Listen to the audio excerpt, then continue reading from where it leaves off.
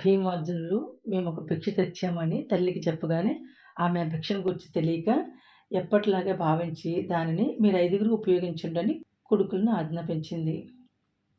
ఆ భిక్ష ముల్లోకాల రాజ్యలక్ష్మి వల్లే ఉన్న కన్యక అని తెలిసి అధర్మానికి భయపడి ధర్మరాజుతో అంది, నీ తమ్ములిద్దరూ సంతోషంతో వచ్చి ఈ భిక్ష గ్రహించమని నాతో చెప్పారు. భిక్ష గురించి తెలియక మీరైదుగురు ఉపయోగించండి అని అన్నాను. నా మాట ఎప్పుడూ అసత్యం కాలేదు. ధర్మరాజా, మీరెప్పుడూ నా మాట జవదాటరు. కానీ ఇది లోక విరుద్ధం. ఏం చేద్దాం అని బాధతో అడిగింది. ఇంతవరకు మనం ముందు ఆడియోలో చెప్పుకున్నాం. ధర్మరాజు తల్లిని ఓదార్చి అర్జునుతో, అర్జున, నువ్వు సంపాదించిన ఈమెను అగ్ని సన్నిధిలో నువ్వే వివాహం చేసుకోమని అన్నాడు. ధర్మరాజుతో అర్జునుడు అన్నాడు, పెద్దవాడు ఉండగా చిన్నవాడికి పెళ్లి కావడం ధర్మ విరుద్ధం. అందుకని నువ్వే ఈమెను వివాహం ఆడమని అన్నాడు. మా నలుగురికి సమ్మతమైనది కూడా ఇదే అని అంటున్న సమయంలో విధి ప్రేరణతో ఆ అందమైన శరీరం గల ద్రౌపది మీద పాండురాజు కుమారుల ఐదుగురికి ప్రేమ కలిగింది. ఒక కన్యకను ఐదుగురికి భారీగా భావించి ముందే సృష్టించి ఉన్న బ్రహ్మ చేసిన పని సత్యం కాక మరొక విధంగా ఎలా అవుతుంది? ద్రౌపదిపై అనురక్తులే ఉన్న తమ ఐదుగురి అభిప్రాయం తెలుసుకొని వేదవ్యాసుని మాటలను తలచి ధర్మరాజు తమ్ముళ్ళతో ఏమన్నాడంటే, పెద్దల మాట ప్రకారం మన ఐదుగురికి ఈమె భార్య కాదగింది కాబట్టి నిశ్చింతగా ఈమెను వివాహం చేసుకుందాం అన్నాడు. అదే సమయంలో శ్రీకృష్ణుడు బలరాముడు అక్కడికి వచ్చారు. అప్పటిదాకా పాండవులు శ్రీకృష్ణుడిని చూడలేదు. అందుకని శ్రీకృష్ణుడు తనను తాను పరిచయం చేసుకున్నాడు. ధర్మజునికి కుంతీదేవికి నమస్కరించాడు. ధర్మరాజు శ్రీకృష్ణుడితో, బ్రాహ్మణ వేషాల్లో ఉన్న మమ్మల్ని మీరు ఎలా గుర్తించారు అని అడిగాడు. ధర్మరాజా, సూర్యుని మేఘములు కప్పిన సూర్యుని తేజస్సును దాచగలవా? అలాగే మీరు బ్రాహ్మణ వేషాల్లో ఉన్న మీ తేజస్సును దాచలేరు కదా, అందువలన గుర్తుపట్టాను. అదీకాక అంతటి మత్స్యయంత్రాన్ని కొట్టడము, రాజులందరినీ ఎదిరించడము మీకు కాక మరొకరికి సాధ్యమా? మీరు లెక్క ఇంటి నుండి తప్పించుకున్నారు. మీకంతా శుభమే జరుగుతుందని చెప్పి కృష్ణుడు బలరాముడు వెళ్ళిపోయారు. అక్కడ ద్రుపదుడు ఎవరో బ్రాహ్మణుడు మత్స్యయంత్రాన్ని కొట్టాడు, ద్రౌపదిని తీసుకుని వెళ్ళాడు. వారెవరో తెలియదు, వారి చరిత్ర ఏమిటో తెలుసుకొని రా అని తన కుమారుడు దృష్టద్యుమ్నుడిని పంపించాడు. దృష్టద్యుమ్నుడు భీమార్జునుల వెంట వెళ్ళి జరిగిందంతా చూశాడు. తండ్రి వద్దకు వచ్చి, తండ్రి, ఆ ఇరువురు చెల్లి ద్రౌపదిని తీసుకుని వెళ్ళి ఒక పెద్ద ఆమెకు చూపించారు. అందరూ ఆమెకు నమస్కరించారు. అందులో పెద్దవాడు చెప్పిన ప్రకారము మిగిలిన నలుగురు బయటికి వెళ్ళి భిక్ష తీసుకుని వచ్చారు. అందులో కొంత భాగము బలిదానాలకి అతిథులకు తీసిపెట్టారు. మిగిలిన దానిలో సగభాగం బలిష్ఠుడైన రెండవ వానికి పెట్టారు. మిగిలిన సగభాగము మిగిలిన వారు తిన్నారు. చెల్లి ద్రౌపది వారికి విసుక్కోకుండా సేవలు చేసింది. వారందరికీ దర్భలతో పడకలు తయారు చేసింది. వారందరూ పడుకొని ఏనుగులు, గుర్రాలు, యుద్ధాలు వాటి గురించి మాట్లాడుకుంటున్నారు.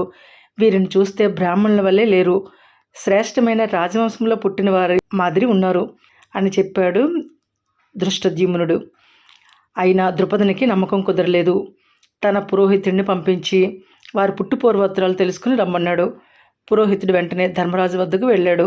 ఆ బ్రాహ్మణునికి పాండవులు ఆర్ఘ్యపాద్యాదులిచ్చి సత్కరించారు. అప్పుడు ఆ పురోహితుడు, బ్రాహ్మణోత్తమ, ద్రుపదుడు ఆడపిల్ల తండ్రి కదా, అందువలన మీ కులము, గోత్రము, పేర్లు, మిగిలిన వివరాలు తెలుసుకుని రమ్మని నన్ను పంపించాడు. దయచేసి ఆ వివరాలు చెప్పండి అన్నాడు. దానికి ధర్మరాజు నవ్వుతూ, విప్రోత్తమ, మీ మహారాజు మత్స్యంత్రాన్ని కొట్టిన వారికి తన కుమార్తెను ఇస్తాను అన్నాడు. అలాగే మావాడు మత్స్యంత్రాన్ని పడగొట్టాడు. మీ మహారాజు కుమార్తెను తీసుకుని వచ్చాడు. ఇప్పుడు మా కులగోత్రాలు తెలుసుకోవడం ఎందుకు? తెలుసుకుని ఏం చేస్తాడు? అయినా అంత బలమైన విల్లుని ఎక్కిపెట్టడానికి ఎవరికి సాధ్యమవుతుంది? మత్స్యయంత్రం వీరులు కాక మరొకరు కొట్టగలరా? మీ మహారాజు కోరిక తీరింది కదా, ఇంకా విచారించడం ఎందుకు అని నర్మగర్భంగా అన్నాడు ధర్మరాజు. చేసేది లేక ఆ పురోహితుడు అదే విషయాన్ని ద్రుపదునికి చెప్పాడు. ద్రుపదునికి సందేహం కొంతవరకు తీరింది, కానీ ఇంకా కొరతగానే ఉంది. అందుకని వారిని తీసుకొని రమ్మని 4 జాతుల వరకు అనువైన రథాలను ఇచ్చి దృష్టద్యుమ్నుడిని పాండవుల వద్దకు పంపాడు. పాండవులు అది చూసి క్షత్రియులకు ఉచితమైన బంగారు రథాలనుకి ద్రుపదుని వద్దకు వచ్చారు. ద్రుపదుడు పాండవులకు ఎదురు వెళ్ళి వారికి అతిథి సత్కారాలు చేశాడు. ఎన్నో వస్తువులను కానుకగా పంపించాడు. కానీ పాండవులు క్షత్రియులకు అవసరమైన కత్తులు, విల్లులు, బాణాలు మాత్రం తీసుకున్నారు. ఇది చూసి ద్రుపదుడు ఎంతో సంతోషించాడు. వారు క్షత్రియులని నిర్ధారణ చేసుకున్నాడు. కానీ వారి నోటితో చెప్తేనే బాగుంటుందని అనుకున్నాడు. ధర్మరాజు పక్కనే కూర్చొని, అయ్యా, మీరు క్షత్రియుల, బ్రాహ్మణుల, లేక దేవతల, గంధర్వుల? మాకు సందేహంగా ఉంది. మీ నిజస్థితి తెలుసుకోకుండా నా కుమార్తెను ఇచ్చి వివాహం చేయలేను కదా, అందువలన తెలుసుకోవాలని అనుకుంటున్నాను అని నిర్మోమాటంగా చెప్పాడు. ఇంకా దాచి ప్రయోజనం లేదనుకున్నాడు ధర్మరాజు. ద్రుపద మహారాజా, మేము క్షత్రియులము, పాండురాజు పుత్రులము. నా పేరు ధర్మజుడు. వీరు భీమార్జును నకుల సహదేవులు. మత్స్యయంత్రాన్ని ఛేదించింది నా తమ్ముడు అర్జునుడు. ఈమె మా తల్లి కుంతీదేవి అని చెప్పాడు. ఆ మాటలు విని ద్రుపదుడు అత్యధిక సంతోషాన్ని పొందాడు. తన చిరకాల కోరిక నెరవేరిందని పొంగిపోయాడు. ద్రుపదుడు ధర్మజుని పక్కన కూర్చొని, విచిత్ర వీర్యుని మనుమడు పాండురాజు పుత్రుడు అర్జునుడు నాకు అల్లుడు కావడం ఎంతో సంతోషంగా ఉంది. స్వయంవరంలో అతన్ని వరించిన కన్యను అర్జునుడికి ఇచ్చి వివాహం చేస్తాను అని అన్నాడు ద్రుపదుడు. దానికి ధర్మజుడు, అదెలా కుదురుతుంది? అర్జునుని కన్నా ఇద్దరం పెద్దవాళ్ళం ఉన్నాము. మా వివాహాలు జరగకుండా అర్జునునికి వివాహం ఎలా చేస్తాము అన్నాడు. అప్పుడు ద్రుపదుడు, అలా అయితే పెద్దవాడివి, నువ్వు నా కుమార్తెను వివాహం చేసుకో, ధర్మబద్ధంగా ఉంటుంది అన్నాడు. అలా కాదు, అర్జునుడు తెచ్చిన భిక్ష 5గురు పొందాలని మా తల్లి కోరిక. అందువలన ఈ కన్యను మేము 5గురు వివాహం చేసుకుంటాం అన్నాడు ధర్మరాజు. ద్రుపదుడు ఆశ్చర్యపోయాడు. అదేమిటి, ఒక పురుషుడు చాలామంది కన్యలను వివాహం చేసుకోవడం విన్నాను, కానీ ఒక కన్య ఎక్కువ మంది పురుషులను వివాహం చేసుకోవటం ఎక్కడా వినలేదు. ఇది లోక విరుద్ధం, కాబట్టి ఆలోచించి రేపు నిర్ణయం తీసుకుందాం అన్నాడు ద్రుపదుడు. మరునాడు వేదవ్యాస మహాముని అక్కడికి వచ్చాడు.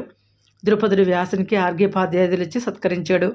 ద్రుపదుడు వ్యాసునితో, మహాత్మా, నా కుమార్తె ద్రౌపదిని అర్జునుడు మత్స్యంత్రాన్ని ఛేదించి స్వయంవరంలో పొందాడు.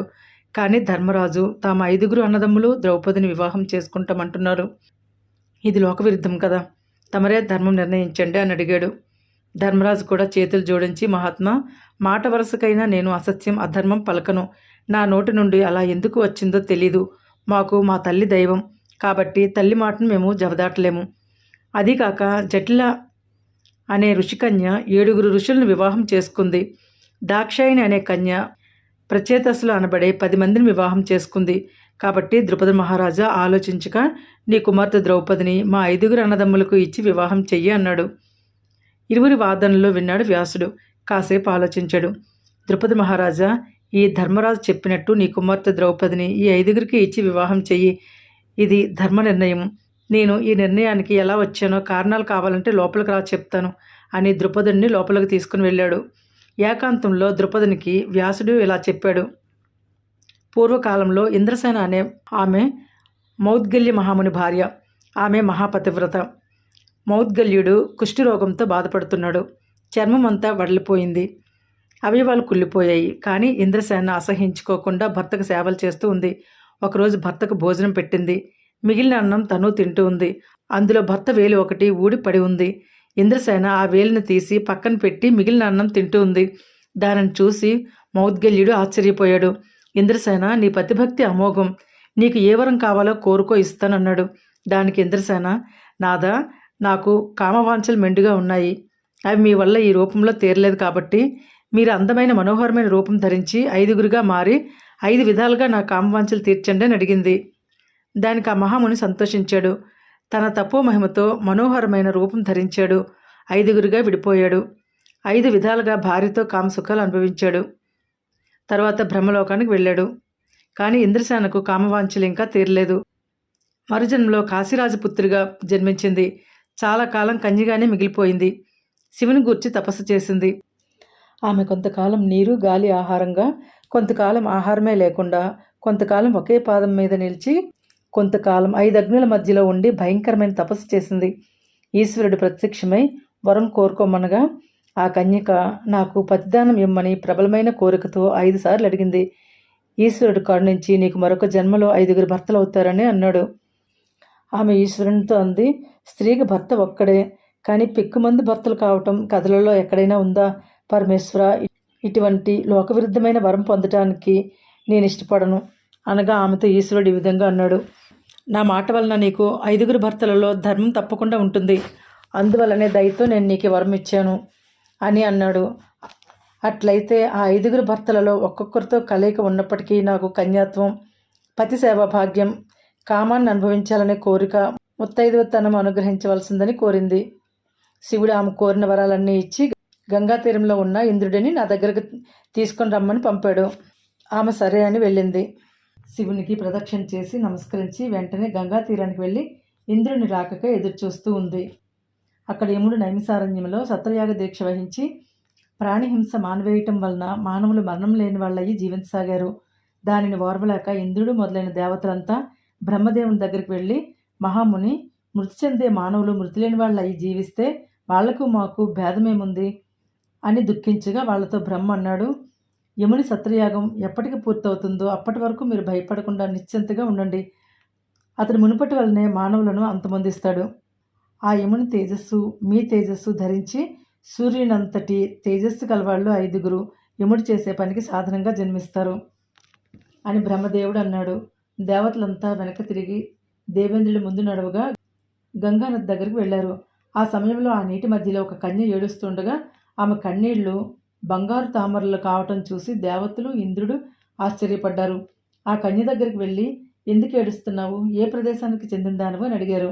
ఆమె ఇంద్రునితో అంది, దేవేంద్ర, నా దుఃఖాన్ని గురించి నన్ను గురించి తెలుసుకోవాలనుకుంటే నా వెంట రమ్మని అంది.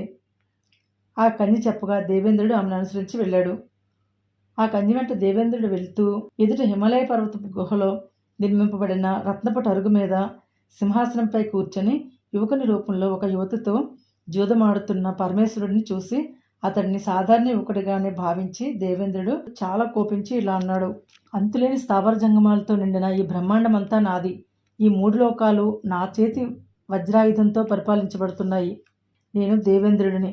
ఇటువంటి నన్ను లెక్క పెట్టక గర్వించి నా ఎదుట విలాసంగా జూదమాడటం, పెద్ద సింహాసనం ఎక్కటం నీకు తగునా అని దేవేంద్రుడు పలుకగా శివుడు కోపించాడు.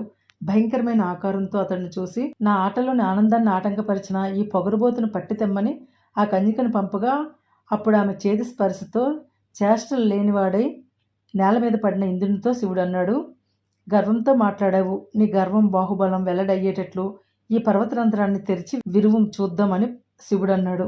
దేవేంద్రుడు శివుని మాట ప్రకారము ఆ పర్వతరంధ్రాన్ని 2 చేతులతో పట్టుకొని సూర్యుని కిరణాలు 2 పాయలైనట్లుగా తెరిచి ఆ రంధ్రంలో తన వల్లే గొప్ప శరీరం కలవాళ్ళు మరో 4 వెలుగుతుండటం చూసి నేనెందుకు 5 విధాలుగా అయ్యానని ఆశ్చర్యపడ్డాడు.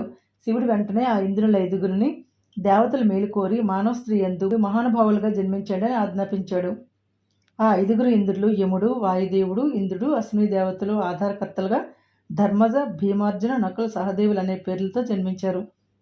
బ్రహ్మాది దేవతలంతా ప్రార్థింపగా విష్ణువు యొక్క తెల్లని నల్లని వెంట్రుకల జంట దేవతల మేలు కొరకు బలరామకృష్ణులుగా అవతరించారు.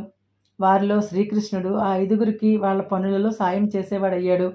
ఆ 5 ఇంద్రులకు ఒకే భార్యగా తపస్సు చేసి లక్ష్మీ స్వరూపురాలైన యాజ్ఞసేని యజ్ఞవేదిలో జన్మించింది. నీకు నమ్మకం లేకుంటే వీళ్ల పూర్వదేహాలు చూడు అని వ్యాసుడు ద్రుపదునికి దివ్య దృష్టినిచ్చి చూపాడు. అందమైన రత్నకాంతి సమూహాల వలలచే మిక్కిలి చిత్రమైన రంగులు గల కిరీటాల దండల భారాలతో బాగా ప్రకాశించే సూర్యుని వంటి అగ్ని వంటి రూపాలతో బంగారు సందె కడియాల వంటి ఆభరణాలతో ఒప్పుతూ తాటి చెట్టంత పొడవైన వాళ్ళ దేహాల 5 ద్రుపదుడు చూశాడు. అంతేకాదు సమస్త సౌందర్యం రూపుదాల్చిందై ఆ 5 భార్య కావటానికి తపస్సు చేసిన కన్య యొక్క మొదటి దేహాన్ని చూసి ఆశ్చర్యపడి సంతోషించి ఉన్న ద్రుపదుడితో మరలా వ్యాసుడు అన్నాడు, పూర్వం నితంతుడనే రాజర్షి కుమారులు సాల్వేయ, సూరసేన, శృతసేన, బిందుసార, అతిసారుల 5 అంతులేని బల పరాక్రమాలు కలవాళ్ళు. వాళ్ళు పరస్పరం ప్రేమ వినయం కలిగి మహాప్రసిద్ధులై పెరుగుతూ ఔసీనరపతి పుత్రికను స్వయంవరంలో పొంది వివాహమాడారు. అధిక కాంతి విలాసాలు అనే అంతులేని సంపదతో ప్రకాశించే ఆ అజితయందు పుణ్యాత్ములైన నితంతుని కుమారులు 5 మంచి వంశం వృద్ధి పొందేటట్లుగా విడివిడిగా సంతానాన్ని పొందారు. పూర్వపు మహాత్ములలో కూడా ఇటువంటి చరిత్రలున్నాయి. అందువలన పాండవుల 5 ద్రౌపదినిచ్చి వరుసగా వివాహం జరిపించు.